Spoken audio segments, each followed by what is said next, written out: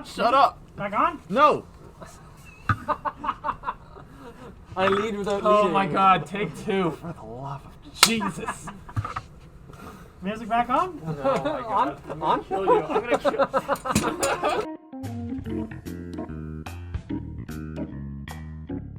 Have you guys checked out any of the Future State comics? I know how you probably haven't, right? No. But Connie, you check out anything? Yeah, I heard people saying they were good, but Yeah. I haven't read them. I just feel like this isn't an indefinite thing, right? No, so basically, I think Doomsday Clock, at the end of it, they show that it's not the Earth that's the center of the universe. It's literally Superman. And that as Superman changes with the times, every time that happens, a new universe is birthed. Oh, God. And then basically at the end of Dark Knight's Death Metal, Wonder Woman is fighting like the Batman Who Laughs, who's turned into this ethereal, like, cosmic being, and she herself has turned into one. And basically, the Batman Who Laughs is just insane and wants to kill the creators of their whole multiverse. Okay. Yeah. If you know what I mean. Yeah. So they're called the Hands, and they're just these 5 dudes hovering above clouds in the galaxy, looking down. Okay. Batman Who Laughs is like, why the hell should we let these 5 benevolent a-holes create? Literally the writers. Yeah. Create. Yeah. It's just friggin' like Jim Lee up there. Wonder Woman also becomes like this cosmic being, and they're fighting, and she kills him, even though that means that their universe is going to get destroyed by the creators. But then it turns out the creators are like, that's the first time in any of our created universes where a being fought in the defense of us, knowing that we were going to destroy them. So we're going to, you know what, we're going to restart your universe, and what's more, we're going to keep our hands out of it. We're just going to restart your universe and let whatever happens, happens. And so basically now, the Future State is one of those potential worlds, which takes place in a pseudo-future that's farther than the present, but not quite beyond. I know, it's because I think John is Superman. Is it in the year one? 2000? No. Yeah, the far-off year of 2099. Yeah. Very original concept, Yeah. DC, never been done before. I mean, yeah, DC's already kind of known for, I guess, stepping and re-stepping and kind of backing up from like an infinite multiverse of different ideas. I think their characters are so emblematic, they make that work way better than Marvel does. But it's like they keep doing this thing where it's like, here's another earth-shattering, paradigm-shaking event. And it's like, didn't we just have 3 of these? Well, from what I gathered from Dark Knight's Death Metal, they're actually, it seems like they're distancing themselves from that. In that last Death Metal reboot was like, this is the full reset, we're bringing everything back, and then we're just not going to touch it anymore. So basically, to me, it feels like with the new DC line, they're taking a step away from all the crossover events that do so regularly, like Marvel does, and instead they're doubling down on Elseworlds, just random, non-canonical, here's Green Lantern, but he's a caveman, or it's like more. Now we're talking. Return to Monkey. Well, actually, fun fact: there was a Planet of the Apes Green Lantern spinoff, and Caesar did become a Green Lantern. I think that's because Marvel, I think, especially film-wise, has basically cornered the market on crossovers. Yeah. Although I think they're also at a point where they're beginning to overdo the amount of them they have. Yeah. Like a lot. I don't know. I don't remember anything about War of the Realms. I just know what happened. Like Spider-Man in a helmet with a shield. There's a great part when they're like all fighting and everybody's like lined up like that one long glory shot of all the heroes. Xavier's like, to me, my X-Men. Captain America's like, Avengers, assemble. And Thor's like, for Asgard. And then Spider-Man's in the back being like, New York is for lovers. And I was like, yeah, go get him, Spidey. Go get him, Spidey. You can do it. I also love the Punisher's role in War of the Realms, just because they're like, we need a man that fears nothing. Let's find Frank Castle. Right? Yeah. Sure. And it's like where do you think Frank Castle would that be? Feel when he has we need to find a man who feels no fear. We call it Frank Castle and Daredevil's right there, like. Yeah. Well, I mean, let's be honest. Daredevil's not really the man without fear anymore. He's for like the last story arc. He's probably the most grounded and normal human in terms of his emotions. Yeah. But I like that when they're like, we need Frank Castle. And it just immediately cuts to a random alley, and he has a white unmarked van with the doors open, and he's just right outside of it, like, pulling guns out of it and just machine gunning elves down. I'm like, of course that's exactly what he's doing. Jesus. No questions, he's just like, elves, I gotta... No, he's like, why they're elves? Diplomat! No, you're criminals. Imagine if he'd been shown up for the original Secret Wars. Like everyone turns up in like Battle World or whatever, and he's just there with guns. Yeah. It's like, whoa, Frank, slow down, don't shoot Doom. He's like, why? Why wouldn't they just shoot him? So I don't know if either of you guys have watched it. Marvel on Disney Plus. Marvel has made a docu-series called Marvel 616. Each episode is made by a different actor or director or whatever, following just one aspect of how Marvel's help people. So one episode's all about how cosplay has helped these kind of really shy and anxious people find a place where they feel like they belong. Another one is how Marvel's school plays are being used in high school to promote love of theater. Wow, all right, I didn't even man, know those were a thing. Yeah, I didn't either. And what's more, that episode's great because there's just this one kid. He can't get his lines right. And he's in the back changing room. He's like, I can't get the lines right. And I'm like, kiddo, chill. You're 15. It's a 10th grade high school play. Yeah, he's taking it so serious. Yeah, this ain't Whiplash. You're not gonna get beat up. I'm like, dude, you're playing MODOK. Yeah, my man. I actually know you would love the very first episode of Marvel 616 because it's all about Japanese Spider-Man and how it was made. They bring back all the original cast and people that are still around to talk about it. Yeah, you would love that. Especially there was one where he's like, I was just a stuntman, and they were like, can you act? And I said yes, and I became Spider-Man. And then they're like, we need you to climb up Tokyo Tower without any wires. And then I did it. Yeah. And I was just like, man, yeah. No OSHA compliance at all. There was video of Stan Lee, and he said, they sent me some ideas for Japanese Spider-Man, and how he lives in this giant flying lion spaceship called Leopardon. Yeah, now, I mean, I thought he's Spider-Man. I don't know why he's living inside of a lion, but they told me it would sell toys, so it was really, really good. I loved almost every single episode, except for the episode where they talk about Dan Slott. The whole episode is about how Dan Slott can't meet deadlines. I'm like, great. Slow news You day, don't need to tell me that. I know. I'm the one that had to order the Iron Man 2020s. I actually love Donny Cates' creation of the Cosmic Ghost Rider. The issue detailing how Frank Castle went insane after literally 6,000 years of Earth becoming a desolate wasteland, and he's just riding circles around the Earth because there's nobody there left. Like how after a while, even after 5,000 years, his human mind just went. You know. And I loved all that. And then they started, I feel like they overdid it a little bit with Cosmic Ghost Rider stuff. I feel like he's a fun character to, pop in every once in a while, but I don't... You ever hear of Wolverine publicity? That, to me, Wolverine is the perfect example of that, where he is the best character in an X-Men book if he is not the main character. I really like the... He's carried his own series pretty well in the past, but I find that it's hard, especially since his past has been so deeply exhumed and explored. There's no new details to examine Wolverine's past. It's like you basically got a Canadian Every week of his existence is now written about. It's just Canadian weeaboo science project. We've explored that fully. I mean, now he's in a polyamorous relationship with Jean Grey and Cyclops, right? So that's... The writers couldn't bear to deal with that anymore. They're like, no, all of them together. They're like, why can't they just love each other? And let's make this love triangle work. Hey, I'm happy for it. I'm happy for them.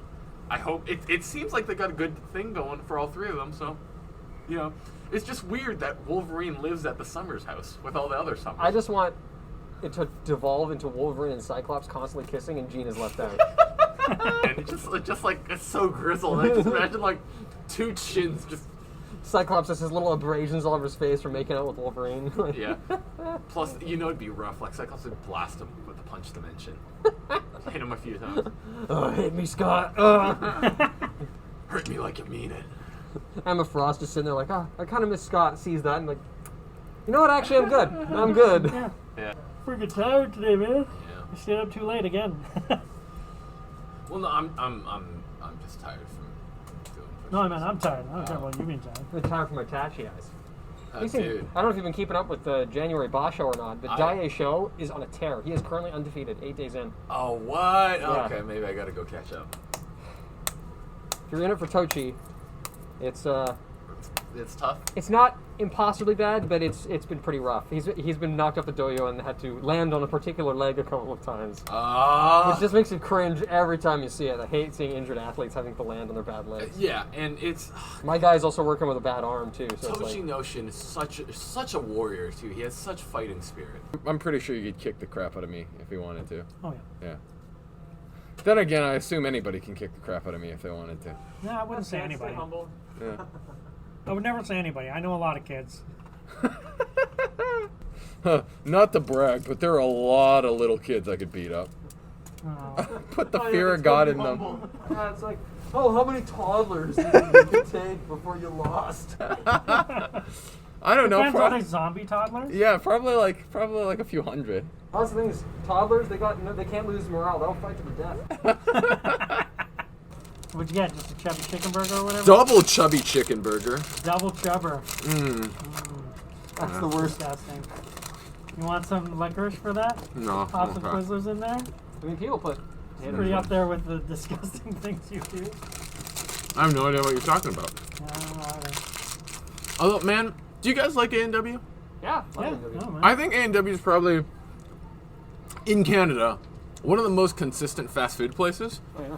Which, like, is funny, because A&W is an American company that came to Canada, did such a terrible job, the Canadian managers just, like, bought out the American one, and now the American one has faded into obscurity. I have a very sentimental attachment to A&W because that ended up being my family's kind of go-to. Oh, yeah? I was Like, going to try and take the piss and say Pizza Hut, but I don't think anyone would believe it. no. I remember I was on a road trip in the States with my family. I was about 15 or 16, so good, many years now. I can't Right. remember. But there was like a mall we were stopping at, and on the sign the other outside, it's like, oh, there's A&W, sweet. And the logo looks, vaguely different. We thought, oh, maybe theirs is more updated. Yeah. We stop in there, and it's like they don't have the, like the burger family like we have. They don't have it. They're just like, double cheeseburger. We were like, oh, man, this sucks. Yeah. We were like, this is quite bad.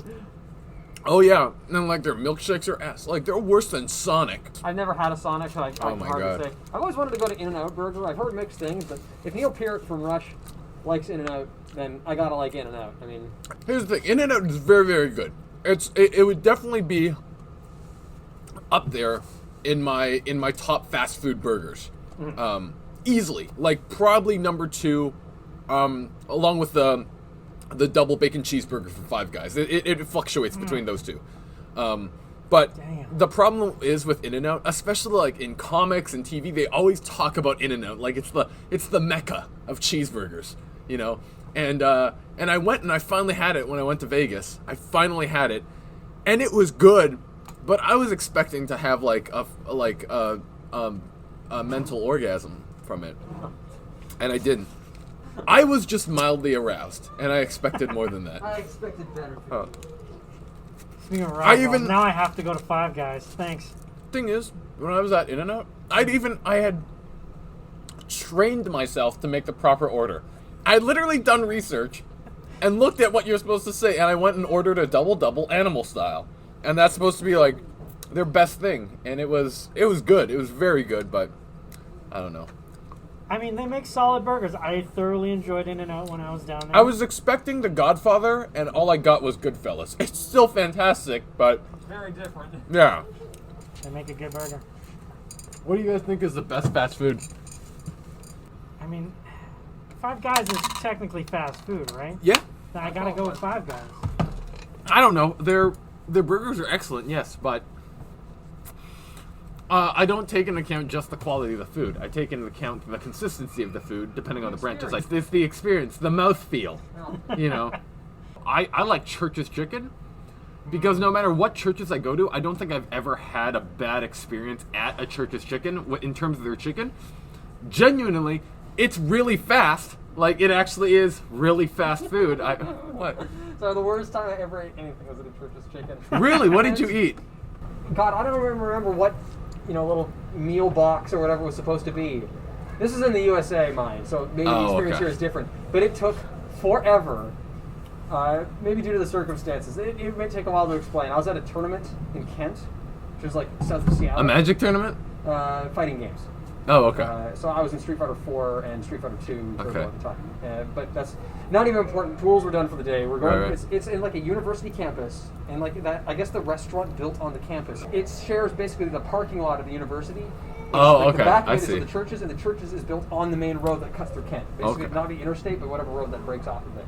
So it's sort of like the requisite restaurant of the universities. And we go in there, and me and my 3 friends, who are also all going to the tournament together, we go in and it's like a ghost town. You know, you walk into like a Wild West town, like a tumbleweed rolls across, but it's like that if everyone in town was out there all looking miserable at the same time. Yeah. And we were like, yo, what is going on in this place? But we're like, we're hungry, there's nowhere else to eat here unless you walk or drive 25 minutes down the road in either direction to get a McDonald's. Right. So we're like, okay, we're eating Church's chicken. We've never had it. How bad can it be? It smells like death in there. Like old oil, to be expected. There are 2 employees. The 1 employee and the 1 manager. And that is it. They seem flummoxed by whatever screen readouts they've got going on. And there is a lineup that I thought was supposed to be the lineup for the food. It is, in fact, all the people waiting for their orders. So we go up and we order, and we wait for like 25 minutes. And like, everything about the place was wrong. Every chair was uncomfortable or broken. I go to get a Dr. Pepper, and it literally put me off Dr. Pepper. It was so watery and gross. And I have the opposite thing. When I was in the States is when I had the best churches because they got cornbread. Does that look familiar? That's the place. Oh, okay, yeah. Huh? 3.5 stars. I mean, it looks okay from the photos. Yeah, but this is also like 5 years later at least. Yeah. But yeah, Church's Chicken #1 for me. Really? Yeah. Either you guys watched The Karate Kid? The original? Yeah. Yeah. Did Yeah. you watch Karate Kid 2? Yeah. Also good. 3? I mean, I've seen it. Have you seen Cobra Kai? No, I actually haven't. Okay, because Oh, there are 3 seasons out now, and I think it's the 4th season is going to be the final season. If you're a fan of Karate Kid, it's actually really, really good. That's what I've heard. My I was own- surprised. Thanks. My only qualm is that the police of whatever rich suburban neighborhood they live in, it's like, officer, friggin' kids are having a karate fight in the playground. Boys will be boys. They've broken into arcades and started stealing things. Boys will be boys. It's like they kicked a little Hispanic kid off the 2nd floor of a school and paralyzed him. Boys will be boys. I just feel like there's like no police presence in that neighborhood. But they do a really good job of giving all the classic characters a chance to, like, you know, show what they've become since the original movies. And again, I just wonder what like Ralph Macchio was doing after the Karate Kid. You never really see him again in much. Last time I'd seen him prior to Cobra Kai was on Dancing with the Stars, actually. My mom was watching it. I was like, well, sometimes they just want to do something fun. That's perhaps that's a forgotten thing, but some people like to have that. That's fun. Connor, have I struck a nerve? Do you have deep-seated desires to appear on Dancing with the Stars? I always thought it'd be funny if they got people from movies where dancing and singing were a big part of it, and then like just see how good they are in like a less controlled environment where they don't have multiple weeks potentially to choreograph full scenes. Zac Efron, for example, ever on Dancing with the Stars? I feel like he'd be a natural fit. Yeah, but Zac Efron's too hot to... Agreed. The man is too hot. End of sentence. Yeah. But it should be illegal. Like I don't know what the threshold for too hot is, but Zac Efron is it. he's a risk when people are driving by. Yeah, and he's just walking without a shirt on as he does, and like he's gonna be the cause of like hundreds of traffic accidents. You think I'm gonna look on the road when I have Zac Efron a little to my right? I watched The Mummy and The Mummy Returns the other night. Yeah. Her phrase was pretty hot in that. Yeah, but then I like Brendan Fraser. Like, it's almost 21 years old or something now. More than Dude, yeah, the original, I think, is 20 It's like years. 99 or something. Wow. And Rachel Weisz. It's actually held up really well. Yeah. All things considered, that Yeah? movie is still really well. At least the first one is really watchable. You telling me you don't like the one with Tom Cruise in it? You know, my parents used to be such big fans of Tom Cruise. It's heartbreaking. He still does good movies every once in a while. It's You know, just when it like comes to stunts, holy crap! It's like the man legitimately wants to die and isn't willing to admit it. yeah. But my middle name was supposedly going to be Cruz. It's almost like he's... That was originally the plan. You were gonna My be parents- Connor Cruise. I kid you not. That was apparently the plan. And now the thing is, I recall my dad saying it was my mom's idea. My mom really likes Tom Cruise. And then my mom says it was my dad's idea. So it's like neither of them want to own up to the fact that they both had this, what I think is probably a bad idea. I told you about changing my name to my last name to Turok. So that way the poor card reads Turok, Dinosaur Hunter. Oh Yeah. yeah. You gotta live that dream. I mean, let's be honest. I don't think any of us could actually hunt a dinosaur. if they were around. Yeah, it was like a Deinonychus. Maybe like a velociraptor if there was like 10 of us and there was only a single velociraptor. A real velociraptor's not that big. Like, you could definitely take one. It'd be like kicking a Pomeranian. Not something I would advise in real life, but I mean, they're still like this big, right? That big, not a problem.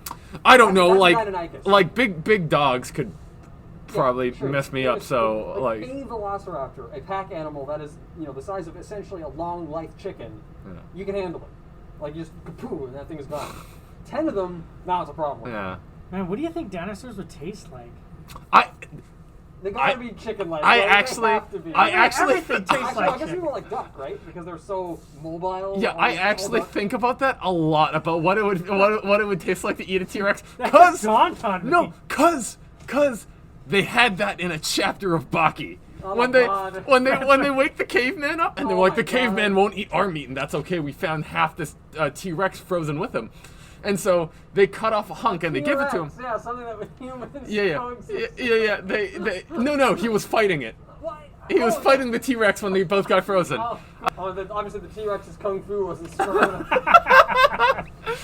The T-Rex's tiny little arms just couldn't master Tiger Raising Fist. time is very challenging when you don't have arms. Oh, he got little. But Always nice to have reach on your enemy. so they butcher a piece of T-Rex and they give it to him and eats it. But the scientist is like, "Why the fuck does he get to eat T-Rex? I want to eat T-Rex." So when nobody's looking, he goes and he like cuts off a little bit of a T-Rex steak and he goes and he cooks it up. I just imagine, our scientists, Jurassic Park style, essentially breeding or growing, Yeah. developing an animal back into existence. Like, Yeah. say we do mammoth or Yeah, we yeah. do Tyrannosaurus because it's kind of an iconic animal in our Yeah, pop yeah. culture. And it doesn't survive the process. You better believe one of them in that room is going to be like, right, so we're eating it, right? Yeah, well, I mean, even Whole thing. before then, when they have to just start trying to regrow like the tissue of it, they're just gonna be grown like basically synthetic dinosaur meat, right? And what they're not gonna do anything with it. They should just sell it at the market. And then bam, you got COVID-19. All I want is some Kentucky Fried Velociraptor. Dinosaur sushi? Come on. You just think about it. Like you ever have like beef tataki? Where it's like raw steak, but they burn the outside of it and still medium rare. So I mean, T-Rex. it's lab-grown meat. It would now have no parasites or anything yet. Yeah. Like, you could just eat it. Yeah, It's yeah. completely safe. Yeah, and then you just put it with some rice. It's great. I've Sometimes had like we I've, become gods. oh yes, this dinosaur nigiri is quite delectable. No, please guys, try this cream of Velociraptor. It's to die for. Actually, I imagine that a pterodactyl would probably be pretty gross. Like, I've had alligator, Right. and that's a pretty sedentary Yeah. animal as reptiles go. Most reptiles are very sinewy, and a pterodactyl is a flying animal. And That's- it's still just a lizard. They're all That's descended actually from the same thing. yeah. It would That's be gross. actually crazy that I've had alligator, but I'm surprised you've had alligator. It was weird. Like the little dents in alligator skin, even underneath the meat, you still see the Yeah, indents. sadly, ours wasn't too visible. The way it was prepared in mine was basically really big scallops. Ah, It was okay. like, I guess, alligator steak. It was just like 3 of them on one big plate. I see. I can't remember the name of the place. Oddly enough, I was in Germany, Yeah. in Sony Center, at an Australian-themed restaurant. Okay. So, I mean, talk about a clash of cultures, but they had alligator on the menu. It was the only thing that was really, like, out there. But they have it on the little plate, and it's the only thing on the menu that was kind of like, I don't know, esoteric, like kind Right. of unusual. Like, otherwise it's a steakhouse. Hmm? So, I'm the only person at the table of 16 students from Canada. I'm Right. like, I'm getting the alligator. And everyone's like, oh, that sounds so gross. I'm like, man, if someone told you, like, see that white feathered thing in the farm? You gotta eat that now. You'd be like, oh, that's so gross. So, Yeah. of course I'm gonna try it. And it was delicious. Yeah. I was like, this is like, tasted like chicken. And it had the texture of, like, scallops. It was really interesting. Right. See, it did not have the texture of scallops for me. It was very very chewy and It's like. tough. Like, it has a springiness to it. Yeah. Oh yeah. Very springy. It got stuck in my teeth easily. I know. I mean, I'm still eating fish. Like, I've gone pescatarian this year. So, Yeah. so they just bring me, like, full of fish. I always feel carcasses. like he's just got like a wheel and he just spins it. What am Yeah. I gonna be this year? Yeah. What's my shtick this month? Normally, my New Year's resolutions are more explorative just because. Like, Yeah. one year I was like, I'm just not going to drink pop anymore, and I still basically don't. And then one year I was like, every time I go to a restaurant, I have to order something different. If I go to the same place, I must order something unique every Yeah. time. That was actually a really interesting year. I was actually the first time I ever had a fillet of fish, which is now the only thing I get at McDonald's. You went to McDonald's enough times to get to the point where you had to eat a fillet of fish. Consider that there's not really that many options. I mean, like, if one splits hairs and is like, okay, this time I guess I get a double cheeseburger. or whatever. Right. But you a lot were of like, times I'm whenever- not getting a burger because I had a burger, like a Yeah, beef I mean, burger. it depends. Like, you know, I would consider a Big Mac different enough from a quarter pounder that I qualify them as 2 entries, but like a double quarter pounder, probably not. Have you guys been to Burger Heaven? No. Yeah. Can you only go there after you die? No. Asking for a prize. They have these massive burgers, and they have an eating challenge where you got to eat 10 patties. It's about this big. Oh, that sounds disgusting. And if you do it, you get like a T-shirt and your photo on the wall of fame. And like the wall of shame covers the whole restaurant, like all the people that failed. And then this tiny little board, this is the wall of fame, and there's like 8 people, right? Yeah, I'd have to starve myself for a couple of days first. Well, you don't. You got to drink a lot of water and prep. I've had the tier below, which is 4 patties. That's the Hulk burger, and it's pretty massive. But 4 patties, if they're like those big chonkers. oh, they're like this big. Oh my god, 10 of those would be just Yeah. foul. Oh my god. Right. Fair enough. Insane. Right. Insane. But me and my friends, we're going there. We're talking. We're having a good time, and our friend Jay, like, opens up the menu and he looks and his eyes just immediately go to like the heaven burger or whatever, like the great challenge. The Mile High burger. That's what it's called, the Mile High burger. He goes, "Oh, that's pretty cool. I guess I'll have that," to the waiter, and the waiter's like, "Are you sure? Like it's kind of like a challenge course. It's not really." He's like, "No, that sounds good. I'll have that. I'll have that with some fries." And they come. And there's like all this fanfare, and we're all watching, and he like they place it before him, and they're like, "Do you need to cut it up first? Do you need any preparation? We have the timer ready here." And he's like, "No, I guess I'll just start now." And they start. Jay finished the burger and the fries in 13 minutes. Without trying, he got the second highest record of all time. Oh, I love And that. just after that, when they came with their shirt and glass, they went, "Oh my god, you did it like so fast. Like, how are you feeling?" And he went, "How's everything tasting here?" the manager came and was like, how are you feeling? And he went, "I'm still a little hungry." You got a dessert menu? No, so because he said that, the manager brought him back a double sundae that he then ate, also along with the rest of my fries and gravy. What a machine! Oh my god! And then he got invited to the all-time champion tournament, and I think the prize was you would get like a lifetime card that would get you a free burger once a week there. And he was just like, "No, I'm not really feeling like burgers today." Now, how do you find room for the humble pie? My friend Jay is an agent of chaos. Yeah. He ate that burger like it was nothing. I still remember it like it was the day I saw God. He's a very greasy god. Yeah, it's very greasy. Had a lot of grease stains on his shirt.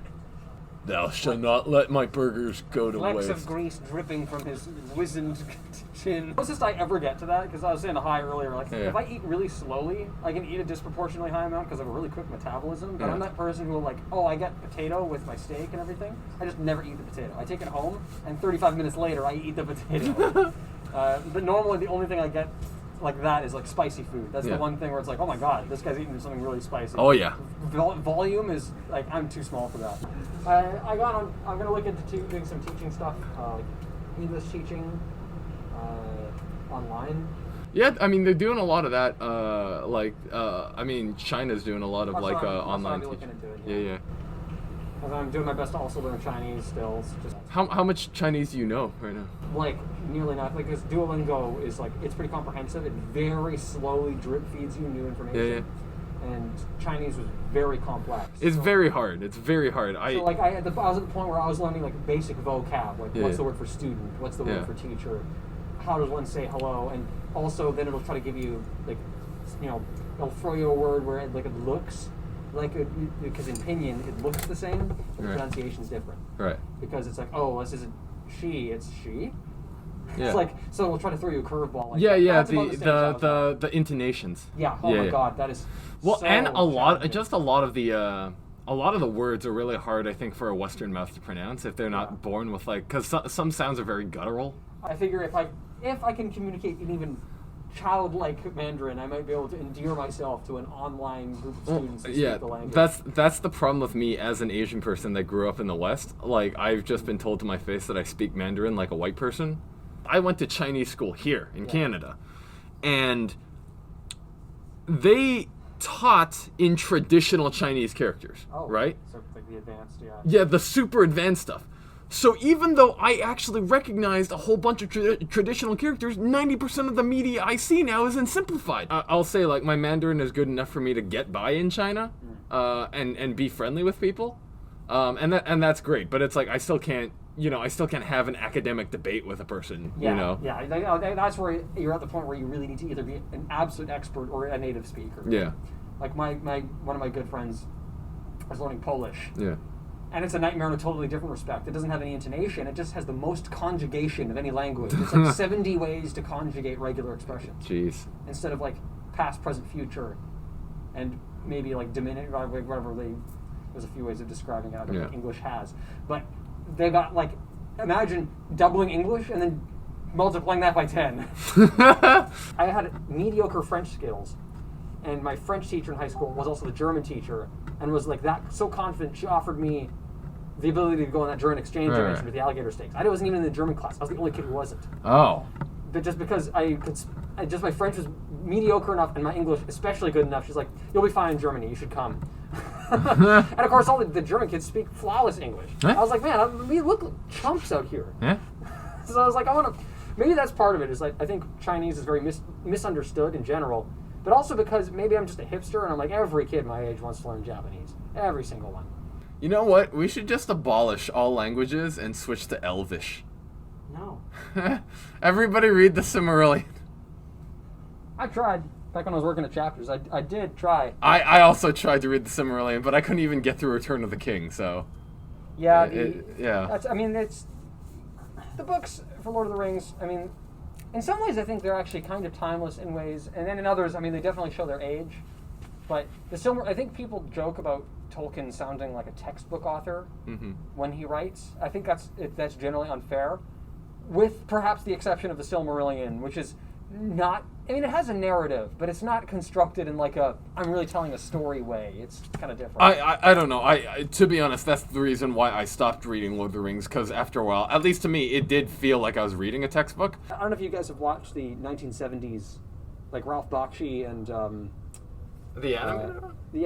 What's it? The Ruby Spears animated Lord of the Rings films. Oh, yeah. No, I watched those long ago. Yeah, but I really weird. enjoyed them. They're They're real really weird, yeah. But, yeah, no.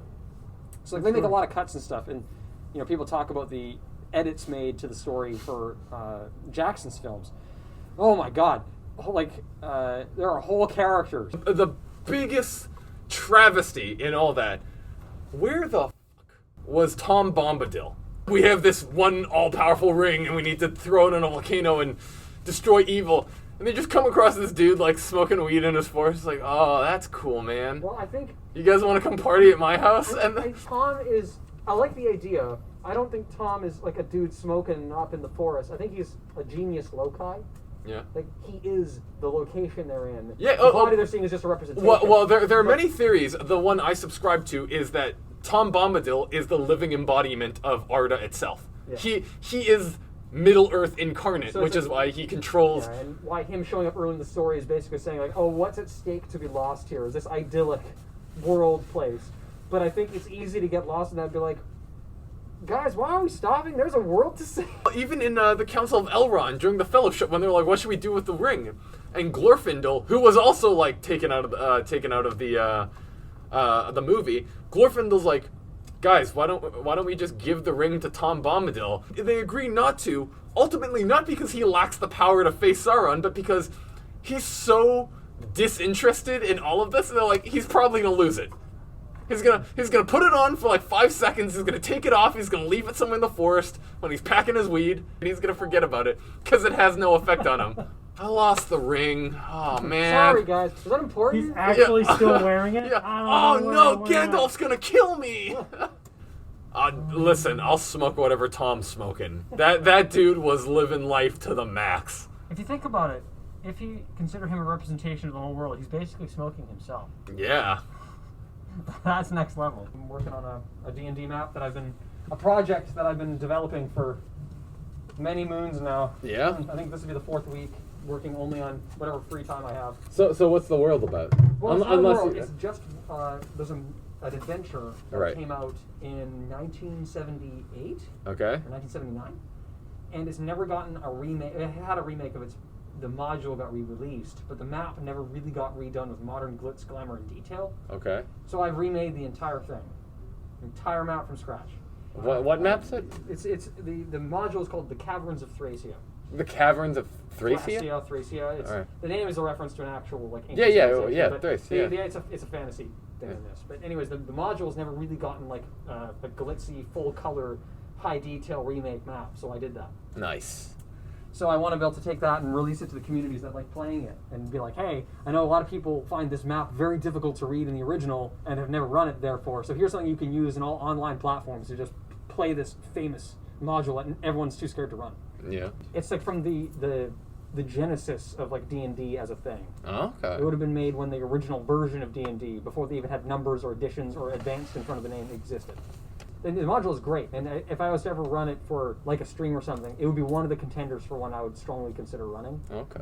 But it just depends if I was to run a group that wanted to be more like, I want to play like modern D&D with more of like a story focus and lots of character options and powers, or I want to play something that's old, difficult, meat grindery, and has emergent storylines emerging only from what we as the players do. It's also really easy to make characters in old versions of the game. So Yeah. it's like, it's not so heartbreaking when your character dies because you're not making a character for another 45 minutes after you die. But it's also kind of tense because I've run a couple of horror campaigns in 5th edition, and everyone's scared to die because they're like, oh man, I don't want to make another character. I'm really attached to this one. Also, it takes a long time to make. 5th edition has like, like a checklist thing where it's like, here's a set array of stats, put them in whatever you want, then go to the section of whatever class you want to play and just go like, option A, select one of these two. Option B, select one of these two things. Right. Rattle that off, get ready and actually play. Whereas like in older versions of D&D, there is no customization, or at least very minimal. Like, if you pick dwarf, that's the class. Yeah. You're not a dwarf fighter or a dwarf thief or a dwarf cleric. You are dwarf. That's the end of the sentence. That's racist.